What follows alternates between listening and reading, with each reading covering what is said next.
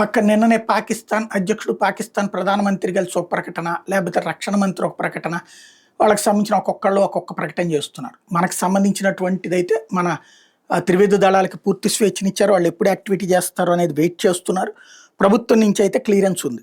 ఈ సందర్భంలో నరేంద్ర మోడీ చాలా ఘాటైనటువంటి హెచ్చరిక చేసుకొచ్చారు.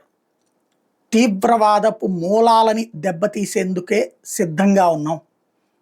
తీవ్రవాదానికి ఏదైతే పహల్గావ్ దాడులకు సంబంధించిన ప్రతీకారం తీర్చుకుంటాం. దానికి కారకులే కాదు, వాళ్ళ మద్దతుదారుల అంతం చూస్తాం, వాళ్ళ మద్దతుదారుల సంగతి కూడా తేలుస్తాం. ఇది అంటే ఎవరు మద్దతుదారులు? పాకిస్తాన్ సైన్యం, పాకిస్తాన్ ఐఎస్ఐ, పాకిస్తాన్కి సంబంధించినటువంటి ఉగ్రవాద సంస్థలు, పాకిస్తాన్లో ఉన్నటువంటి ప్రభుత్వం. వీళ్ళల్లో ఎవరిని లేపేస్తారు? దీని మొత్తానికి సూత్రధారి ఎవరు, పాత్రధారి ఎవరు? ఈ మొత్తం కథేదో ప్రభుత్వం దగ్గర ఉంది. అందుకని అంత ఘాటైన హెచ్చరికలు స్వయంగా నరేంద్ర మోడీ ఇచ్చారు.